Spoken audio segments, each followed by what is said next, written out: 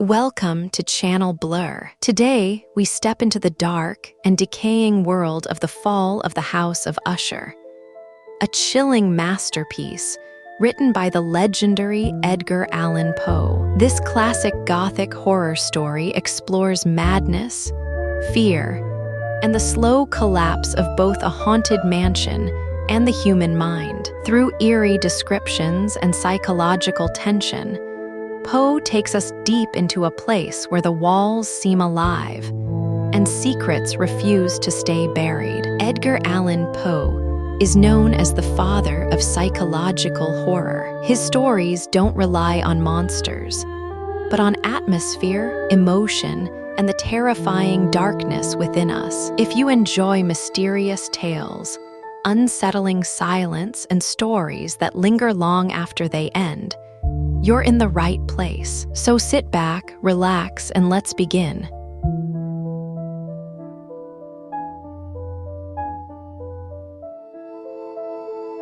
During the whole of a dull, dark, and soundless day in the autumn of the year, when the clouds hung oppressively low in the heavens, I had been passing alone on horseback through a singularly dreary tract of country, and at length found myself, as the shades of the evening drew on, within view of the melancholy House of Usher. I know not how it was, but, with the first glimpse of the building, a sense of insufferable gloom pervaded my spirit. I say insufferable, for the feeling was unrelieved by any of that half-pleasurable, because poetic sentiment with which the mind usually receives even the sternest natural images of the desolate or terrible. I looked upon the scene before me upon the mere house, and the simple landscape features of the domain upon the bleak walls, upon the vacant eye-like windows, upon a few rank sedges, and upon a few white trunks of decayed trees, with an utter depression of soul, which I can compare to no earthly sensation more properly than to the after-dream of the reveler upon opium, the bitter lapse into everyday life, the hideous dropping off of the veil. There was an iciness, a sinking, a sickening of the heart, an unredeemed dreariness of thought which no goading of the imagination could torture into aught of the sublime. What was it, I paused to think, what was it that so unnerved me in the contemplation of the House of Usher? It was a mystery all insoluble, nor could I grapple with the shadowy fancies that crowded upon me as I pondered. I was forced to fall back upon the unsatisfactory conclusion that while, beyond doubt, there are combinations of very simple natural objects which have the power of thus affecting us, still, the analysis of this power lies among considerations beyond our depth. It was possible, I reflected, that a mere different arrangement of the particulars of the scene, of the details of the picture, would be sufficient to modify, or perhaps to annihilate its capacity for sorrowful impression. And, acting upon this idea, I reined my horse to the precipitous brink of a black and lurid tarn that lay in unruffled luster by the dwelling, and gazed down, but with a shudder even more thrilling than before, upon the remodeled and inverted images of the gray sedge, and the ghastly tree stems, and the vacant and eye-like windows. Nevertheless, in this mansion of gloom, I now proposed to myself a sojourn of some weeks. Its proprietor, Roderick Usher, had been one of my boon companions in boyhood, but many years had elapsed since our last meeting. A letter, however, had lately reached me in a distant part of the country, a letter from him which, in its wildly importunate nature, had admitted of no other than a personal reply. The MS gave evidence of nervous agitation. The writer spoke of acute bodily illness of a mental disorder, which oppressed him, and of an earnest desire to see me as his best, and indeed his only personal friend, with a view of attempting, by the cheerfulness of my society, some alleviation of his malady. It was the manner in which all this, and much more, was said. It was the apparent heart that went with his request, which allowed me no room for hesitation. And I accordingly obeyed forthwith what I still considered a very singular summons. Although, as boys, we had been even intimate associates, yet I really knew little of my friend. His reserve had been always excessive and habitual. I was aware, however, that his very ancient family had been noted, time out of mind, for a peculiar sensibility of temperament, displaying itself through long ages in many works of exalted art, and manifested of late in repeated deeds of munificent yet unobtrusive charity, as well as in a passionate devotion to the intricacies, perhaps even more than to the orthodox and easily recognizable beauties of musical science. I had learned, too, the very remarkable fact that the stem of the Usher race, all time-honored as it was, had put forth, at no period, any enduring branch.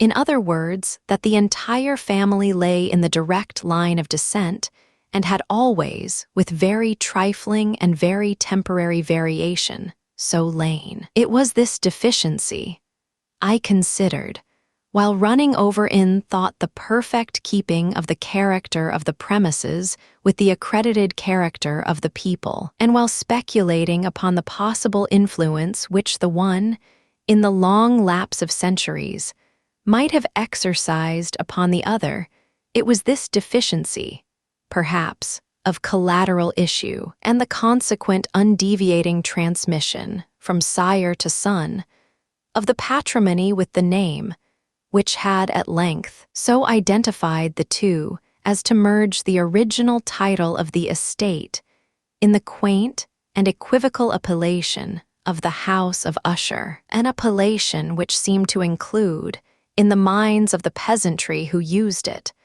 both the family and the family mansion. I have said that the sole effect of my somewhat childish experiment, that of looking down within the tarn, had been to deepen the first singular impression. There can be no doubt that the consciousness of the rapid increase of my superstition, for why should I not so term it, served mainly to accelerate the increase itself. Such, I have long known, is the paradoxical law of all sentiments having terror as a basis, and it might have been for this reason only that, when I again uplifted my eyes to the house itself, from its image in the pool, there grew in my mind a strange fancy, a fancy so ridiculous, indeed, that I but mention it to show the vivid force of the sensations which oppressed me. I had so worked upon my imagination as really to believe that about the whole mansion and domain there hung an atmosphere peculiar to themselves,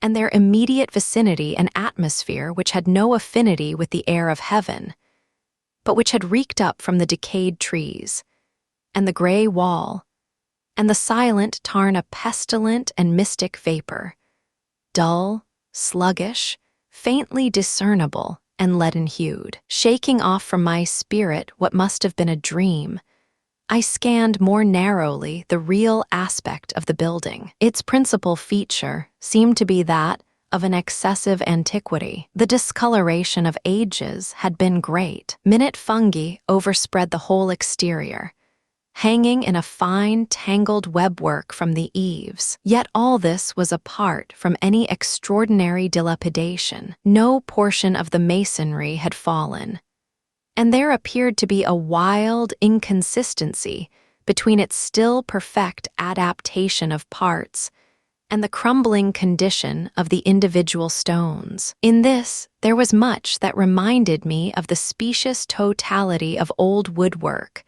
which has rotted for long years in some neglected vault, with no disturbance from the breath of the external air. Beyond this indication of extensive decay, however, The fabric gave little token of instability. Perhaps the eye of a scrutinizing observer might have discovered a barely perceptible fissure, which, extending from the roof of the building in front, made its way down the wall in a zigzag direction, until it became lost in the sullen waters of the tarn. Noticing these things, I rode over a short causeway to the house. A servant in waiting took my horse, and I entered the Gothic archway of the hall. A valet of stealthy step thence conducted me in silence through many dark and intricate passages in my progress to the studio of his master. Much that I encountered on the way contributed,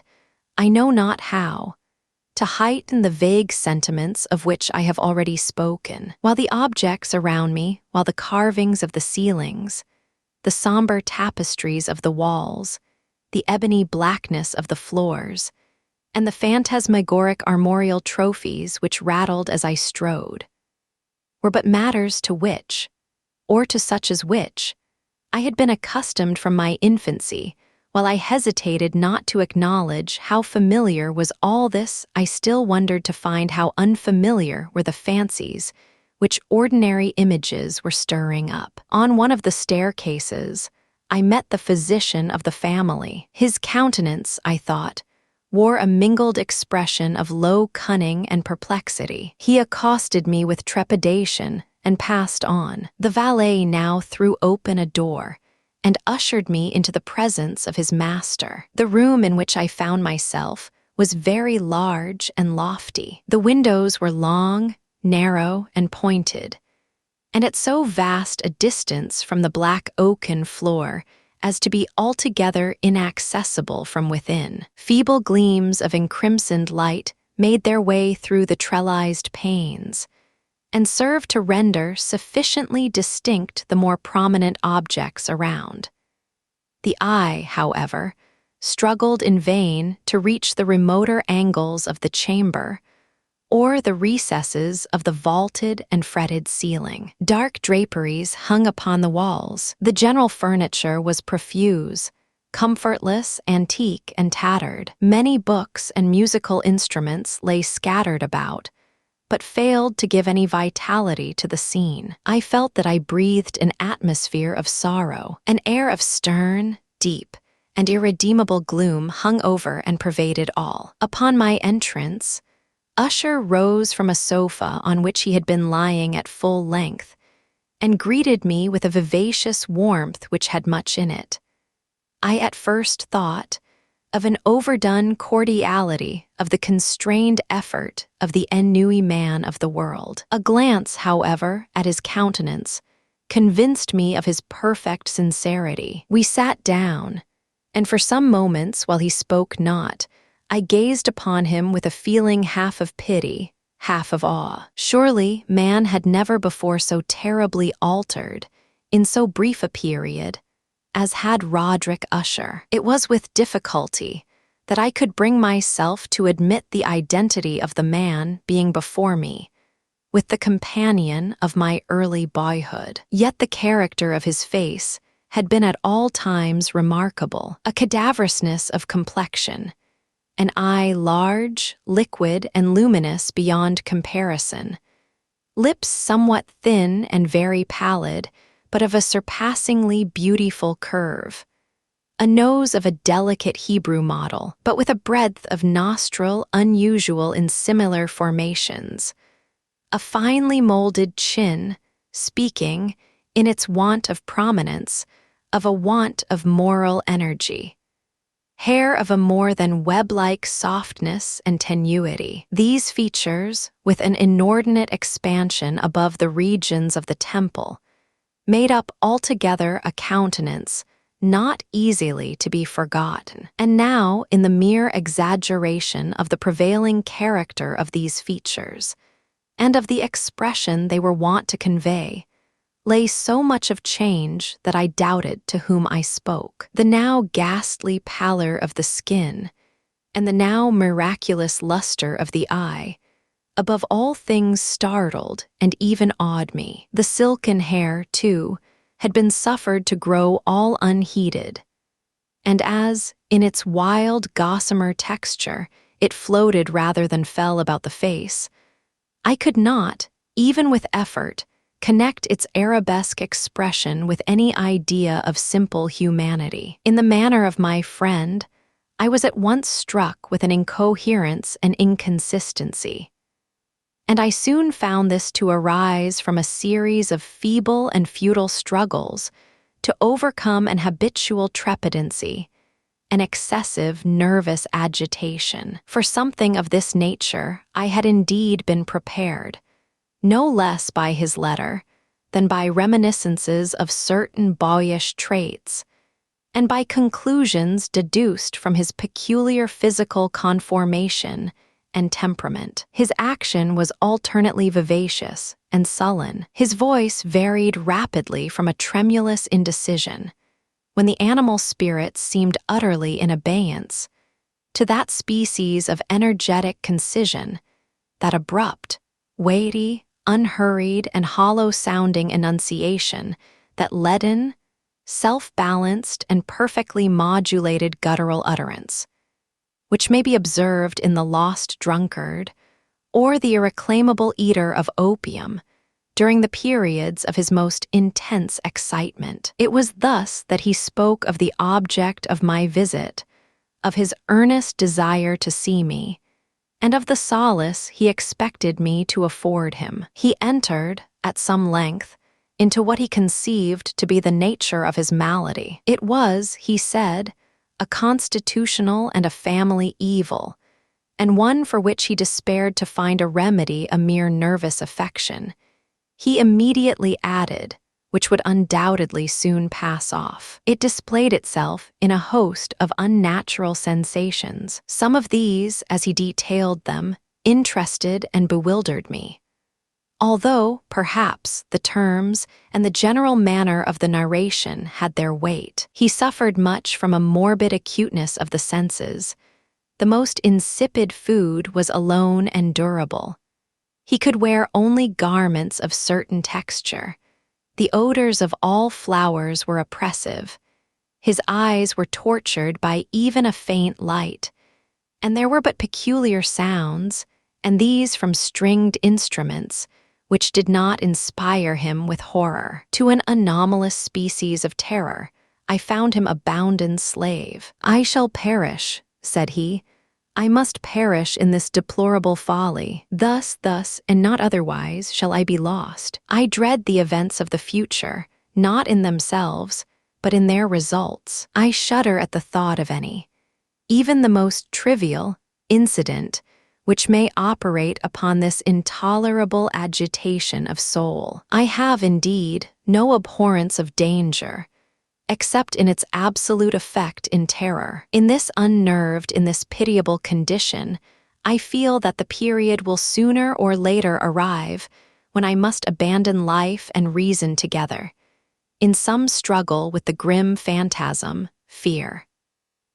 I learned, moreover, at intervals, and through broken and equivocal hints, another singular feature of his mental condition. He was enchained by certain superstitious impressions in regard to the dwelling which he tenanted, and whence, for many years, he had never ventured forth in regard to an influence whose supposititious force was conveyed in terms too shadowy here to be restated an influence, which some peculiarities in the mere form and substance of his family mansion had, by dint of long sufferance, he said, obtained over his spirit an effect which the physique of the grey walls and turrets, and of the dim tarn into which they all looked down, had at length brought about upon the morale of his existence. He admitted, however, although with hesitation, that much of the peculiar gloom which thus afflicted him could be traced to a more natural and far more palpable origin to the severe and long-continued illness. Indeed, to the evidently approaching dissolution of a tenderly beloved sister, his sole companion for long years. his last and only relative on earth. Her decease, he said with a bitterness which I can never forget, would leave him the hopeless and the frail, the last of the ancient race of the Ushers. While he spoke, the Lady Madeline, for so was she called, passed slowly through a remote portion of the apartment, and without having noticed my presence, disappeared. I regarded her with an utter astonishment not unmingled with dread. And yet I found it impossible to account for such feelings. A sensation of stupor oppressed me, as my eyes followed her retreating steps. When a door, at length, closed upon her, my glance sought instinctively and eagerly the countenance of the brother, but he had buried his face in his hands. And I could only perceive that a far more than ordinary wanness had overspread the emaciated fingers, through which trickled many passionate tears. The disease of the Lady Madeline had long baffled the skill of her physicians. A settled apathy, a gradual wasting away of the person, and frequent, although transient affections of a partially cataleptical character, were the unusual diagnosis. Hitherto she had steadily borne up against the pressure of her malady, and had not betaken herself finally to bed. But on the closing in of the evening of my arrival at the house, she succumbed, as her brother told me at night with inexpressible agitation, to the prostrating power of the destroyer. And I learned that the glimpse I had obtained of her person would thus probably be the last I should obtain, that the lady, at least while living, would be seen by me no more. For several days ensuing, her name was unmentioned by either Usher or myself.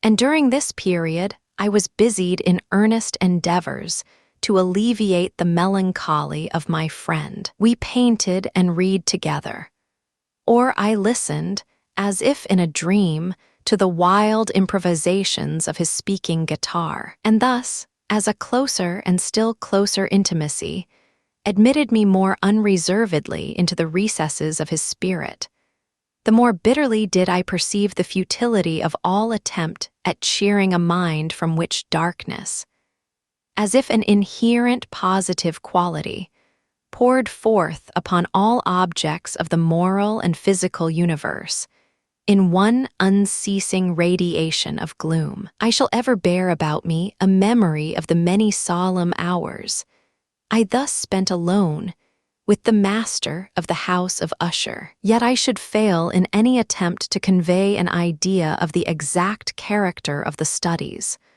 or of the occupations in which he involved me or led me the way. An excited and highly distempered ideality threw a sulphurous luster over all. His long improvised dirges will ring forever in my ears. Among other things, I hold painfully in mind a certain singular perversion and amplification of the wild air of the last waltz of von Weber, from the paintings over which his elaborate fancy brooded, and which grew, touch by touch, into vagueness at which I shuddered the more thrillingly, because I shuddered knowing not why. From these paintings, vivid as their images now are before me, I would in vain endeavor to adduce more than a small portion which should lie within the compass of merely written words. By the utter simplicity, by the nakedness of his designs, he arrested and overawed attention. If ever mortal painted an idea, that mortal was Roderick Usher. For me, at least in the circumstances, then surrounding me there arose, out of the pure abstractions which the hypochondriac contrived to throw upon his canvas, an intensity of intolerable awe, no shadow of which felt I ever yet in the contemplation of the certainly glowing yet too concrete reveries of Fuseli. One of the phantasmagoric conceptions of my friend, partaking not so rigidly of the spirit of abstraction, may be shadowed forth, although feebly in words. A small picture presented the interior of an immensely long and rectangular vault or tunnel, with low walls, smooth, white, and without interruption or device. Certain accessory points of the design served well to convey the idea that this excavation lay at an exceeding depth below the surface of the earth. No outlet was observed in any portion of its vast extent, and no torch or other artificial source of light was discernible. Yet a flood of intense rays rolled throughout and bathed the whole in a ghastly and inappropriate splendor. I have just spoken of that morbid condition of the auditory nerve, which rendered all music intolerable to the sufferer, with the exception of certain effects of stringed instruments. It was, perhaps, the narrow limits to which he thus confined himself upon the guitar, which gave birth, in great measure, to the fantastic character of the performances. But the fervid facility of his impromptus could not be so accounted for. They must have been, and were, in the notes, as well as in the words of his wild fantasias, for he not unfrequently accompanied himself with rhymed verbal improvisations. The result of that intense mental collectedness and concentration to which I have previously alluded as observable only in particular moments of the highest artificial excitement. The words of one of these rhapsodies I have easily remembered. I was, perhaps, the more forcibly impressed with it, as he gave it, because, in the under or mystic current of its meaning, I fancied that I perceived, and for the first time, a full consciousness on the part of Usher, of the tottering of his lofty reason upon her throne. The verses, which were entitled The Haunted Palace, ran very nearly, if not accurately, thus. 1. In the greenest of our valleys, by good angels tenanted, once a fair and stately palace, radiant palace, reared its head. In the monarch thought's dominion it stood there. Never seraph spread a pinion over fabric half so fair. 2. Banners yellow, glorious, golden, on its roof did float and flow. All this was in the olden time long ago. And every gentle air that dallied, in that sweet day, along the ramparts plumed and pallid, a winged odor went away. 3. Wanderers in that happy valley through 2 luminous windows saw spirits moving musically to a lute's well-tuned law, round about a throne, where sitting a Porphyrogene, in state his glory well befitting, the ruler of the realm was seen. 4. And all with pearl and ruby glowing was the fair palace door, through which came flowing, and sparkling evermore, a troop of echoes whose sweet duty was but to sing, in voices of surpassing beauty, the wit and wisdom of their king. 5. But evil things, in robes of sorrow, assailed the monarch's high estate. Ah, let us mourn, for never morrow shall dawn upon him, desolate. And, round about his home, the glory that blushed and bloomed is but a dim-remembered story of the old time entombed. 6. And travelers now within that valley, through the red-litten windows, see vast forms that move fantastically to a discordant melody, while, like a rapid, ghastly river, through the pale door, a hideous throng rush out forever, and laugh but smile no more. I well remember that suggestions arising from this ballad led us into a train of thought wherein there became manifest an opinion of Usher's, which I mention not so much on account of its novelty, for other men have thought thus, as on account of the pertinacity with which he maintained it. This opinion, in its general form, was that of the sentience of all vegetable things, but in his disordered fancy, the idea had assumed a more daring character, and trespassed, under certain conditions, upon the kingdom of inorganization. I lack words to express the full extent or the earnest abandon of his persuasion. The belief, however, was connected, as I have previously hinted, with the gray stones of the home of his forefathers. The conditions of the sentience had been here, he imagined, fulfilled in the method of collocation of these stones in the order of their arrangement, as well as in that of the many fungi which overspread them, and of the decayed trees which stood around above all, in the long, undisturbed endurance of this arrangement, and in its reduplication in the still waters of the tarn. Its evidence, the evidence of the sentience, was to be seen, he said,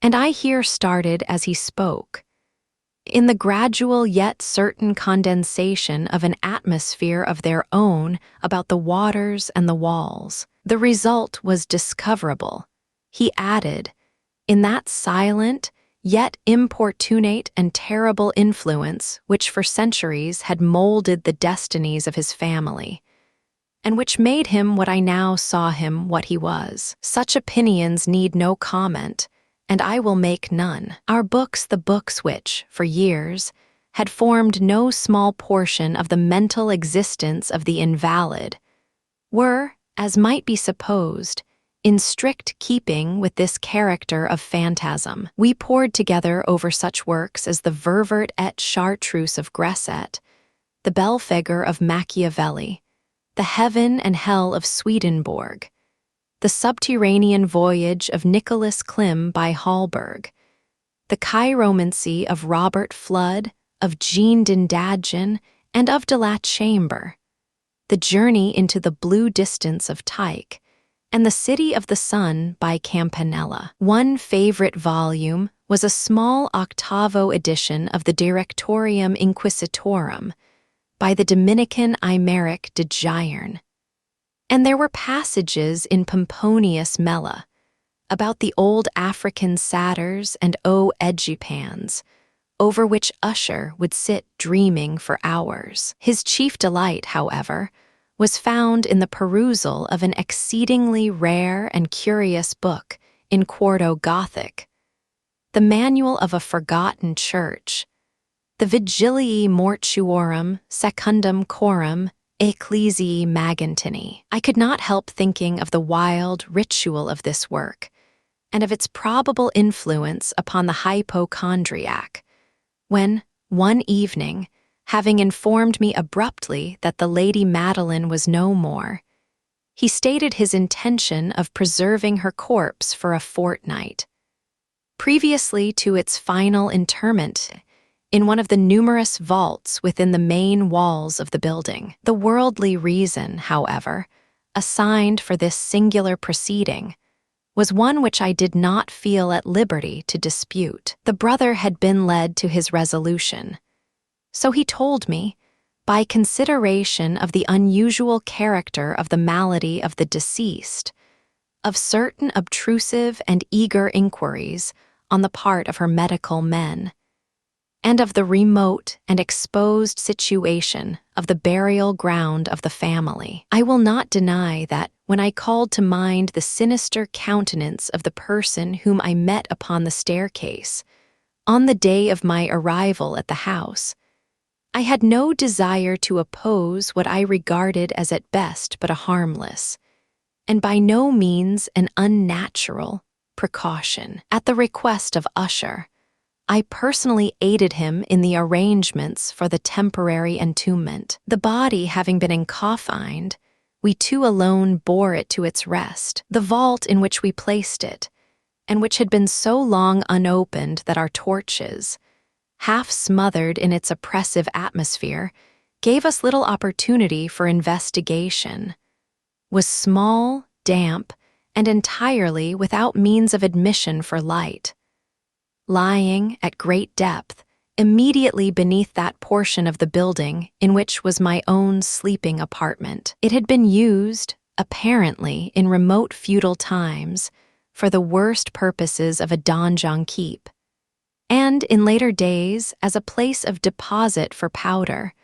or some other highly combustible substance, as a portion of its floor and the whole interior of a long archway through which we reached it were carefully sheathed with copper. The door of massive iron had been also similarly protected. Its immense weight caused an unusually sharp grating sound as it moved upon its hinges. Having deposited our mournful burden upon trestles within this region of horror, we partially turned aside the yet unscrewed lid of the coffin and looked upon the face of the tenant. A striking similitude between the brother and sister now first arrested my attention, and Usher, divining, perhaps, my thoughts, murmured out some few words from which I learned that the deceased and himself had been twins, and that sympathies of a scarcely intelligible nature had always existed between them. Our glances, however, rested not long upon the dead, for we could not regard her unawed. The disease which had thus entombed the lady in the maturity of youth had left, as usual in all maladies of a strictly cataleptical character, the mockery of a faint blush upon the bosom and the face, and that suspiciously lingering smile upon the lip which is so terrible in death. We replaced and screwed down the lid, and having secured the door of iron, made our way, with toil, into the scarcely less gloomy apartments of the upper portion of the house. And now, some days of bitter grief having elapsed, an observable change came over the features of the mental disorder of my friend. His ordinary manner had vanished. His ordinary occupations were neglected or forgotten. He roamed from chamber to chamber with hurried,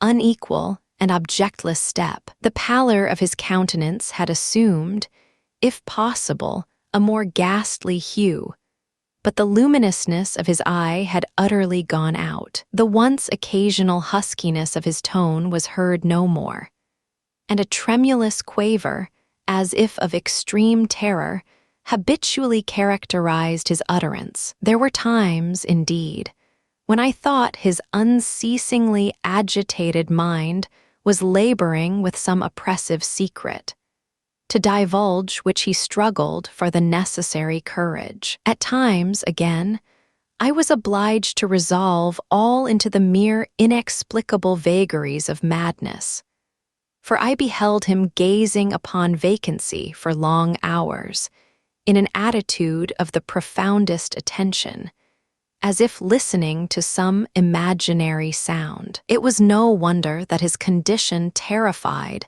that it infected me. I felt creeping upon me, by slow yet certain degrees, the wild influences of his own fantastic yet impressive superstitions. It was, especially, upon retiring to bed late in the night of the 7th or 8th day, after the placing of the Lady Madeline within the donjon, that I experienced the full power of such feelings. Sleep came not near my couch while the hours waned and waned away. I struggled to reason off the nervousness which had dominion over me. I endeavored to believe that much, if not all of what I felt, was due to the bewildering influence of the gloomy furniture of the room of the dark and tattered draperies, which, tortured into motion by the breath of a rising tempest, swayed fitfully to and fro upon the walls, and rustled uneasily about the decorations of the bed. But my efforts were fruitless. An irrepressible tremor gradually pervaded my frame, and at length there sat upon my very heart an incubus of utterly causeless alarm. Shaking this off with a gasp and a struggle, I uplifted myself upon the pillows, and peering earnestly within the intense darkness of the chamber, hearkened I know not why, except that an instinctive spirit prompted me to certain low and indefinite sounds which came, through the pauses of the storm, at long intervals, I knew not whence. Overpowered by an intense sentiment of horror, unaccountable yet unendurable, I threw on my clothes with haste, for I felt that I should sleep no more during the night, and endeavored to arouse myself from the pitiable condition into which I had fallen, by pacing rapidly to and fro through the apartment. I had taken but few turns in this manner, when a light step on an adjoining staircase arrested my attention. I presently recognized it as that of Usher. In an instant afterwards, he rapped with a gentle touch at my door, and entered bearing a lamp. His countenance was, as usual, cadaverously wan, but moreover, there was a species of mad hilarity in his eyes and evidently restrained hysteria in his whole demeanor. His air appalled me, but anything was preferable to the solitude which I had so long endured, and I even welcomed his presence as a relief. "And you have not seen it," he said abruptly, after having stared about him for some moments in silence. "You have not then seen it. But stay, you shall." Thus speaking, and having carefully shaded his lamp, he hurried to one of the casements, and threw it freely open to the storm. The impetuous fury of the entering gust nearly lifted us from our feet. It was, indeed, a tempestuous yet sternly beautiful night, and one wildly singular in its terror and its beauty. A whirlwind had apparently collected its force in our vicinity, for there were frequent and violent alterations in the direction of the wind, and the exceeding density of the clouds, which hung so low as to press upon the turrets of the house, did not prevent our perceiving the lifelike velocity with which they flew careering from all points against each other, without passing away into the distance. I say that even their exceeding density did not prevent our perceiving this, yet we had no glimpse of the moon or stars, nor was there any flashing forth of the lightning, but the undersurfaces of the huge masses of agitated vapor, as well as all terrestrial objects immediately around us, were glowing in the unnatural light of a faintly luminous and distinctly visible gaseous exhalation, which hung about and enshrouded the mansion. You shall not behold this," said I, shudderingly, to Usher as I led him with a gentle violence from the window to a seat. "These appearances, which bewilder you, are merely electrical phenomena not uncommon. Or it may be that they have their ghastly origin in the rank miasma of the tarn. Let us close this casement. The air is chilling and dangerous to your frame. Here is one of your favorite romances. I will read, and you shall listen, and so we will pass away this terrible night together." The antique volume which I had taken up was The Mad Tryst of Sir Launcelot Canning, but I had called it a favorite of Usher's more in sad jest than in earnest, for in truth, there is little in its uncouth and unimaginative prolixity which could have had interest for the lofty and spiritual ideality of my friend. It was, however, the only book immediately at hand, and I indulged a vague hope that the excitement which now agitated the hypochondriac might find relief, for the history of mental disorder is full of similar anomalies, even in the extremeness of the folly which I should read. Could I have judged, indeed, by the wild, overstrained air of vivacity with which he hearkened, or apparently hearkened, to the words of the tale, I might well have congratulated myself upon the success of my design. I had arrived at that well-known portion of the story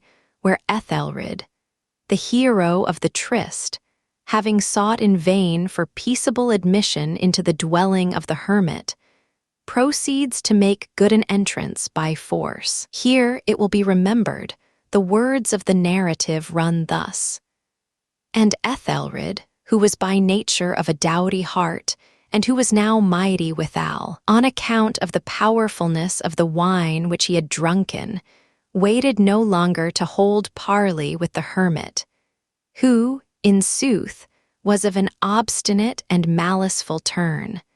But feeling the rain upon his shoulders, and fearing the rising of the tempest, uplifted his mace outright, and with blows made quickly room in the plankings of the door for his gauntleted hand.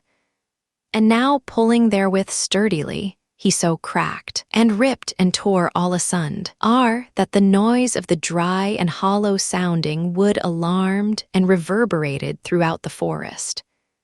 At the termination of this sentence I started, and for a moment paused, for it appeared to me, although I at once concluded that my excited fancy had deceived me, it appeared to me that, from some very remote portion of the mansion, there came, indistinctly to my ears, what might have been, in its exact similarity of character, the echo, but a stifled and dull one certainly, of the very cracking and ripping sound which Sir Launcelot had so particularly described. It was, beyond doubt, the coincidence alone which had arrested my attention.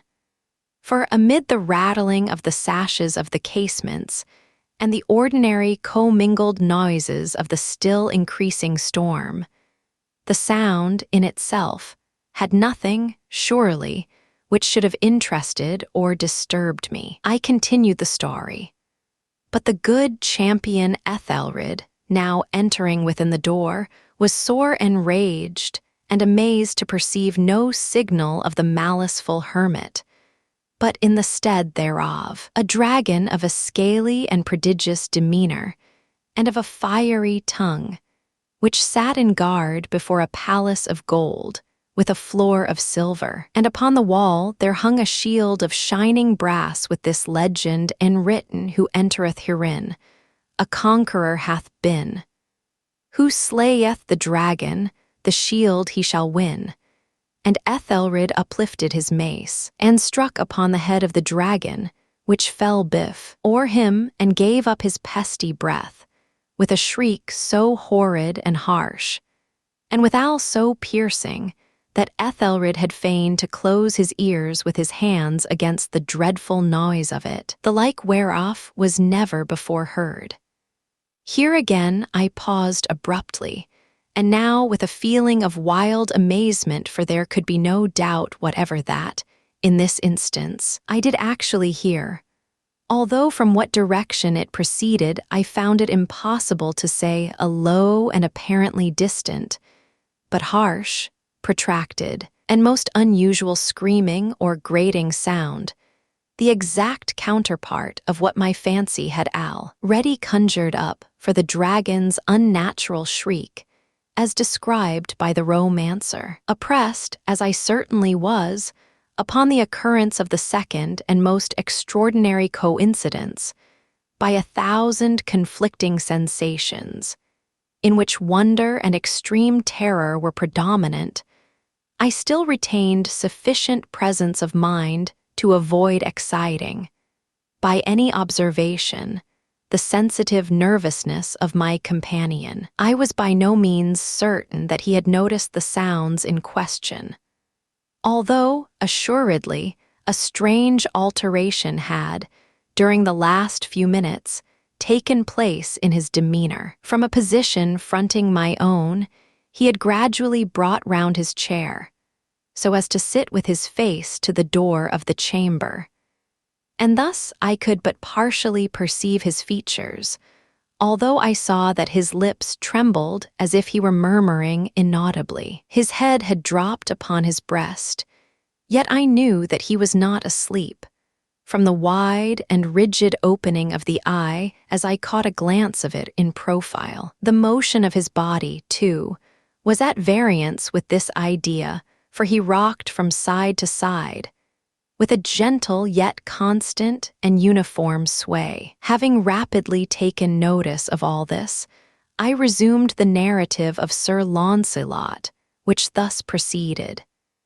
And now, the champion, having escaped from the terrible fury of the dragon, bethinking himself of the brazen shield, and of the breaking up of the enchantment which was upon it, removed the carcass from out of the way before him, and approached valorously over the silver pavement of the castle to where the shield was upon the wall, which in sooth tarried not for his full coming, but fell down at his feet upon the silver floor, with a mighty great and terrible ringing sound.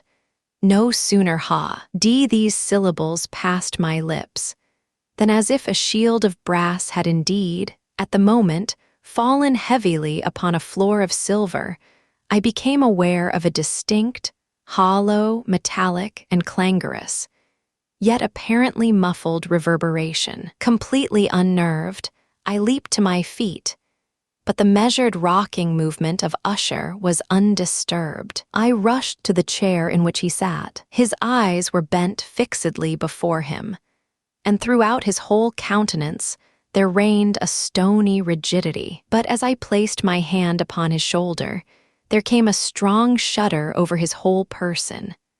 A sickly smile quivered about his lips, and I saw that he spoke in a low, hurried, and gibbering murmur, as if unconscious of my presence. Bending closely over him, I at length drank in the hideous import of his words. Not hear it. Yes, I hear it and have heard it. Long, many minutes, many hours, many days.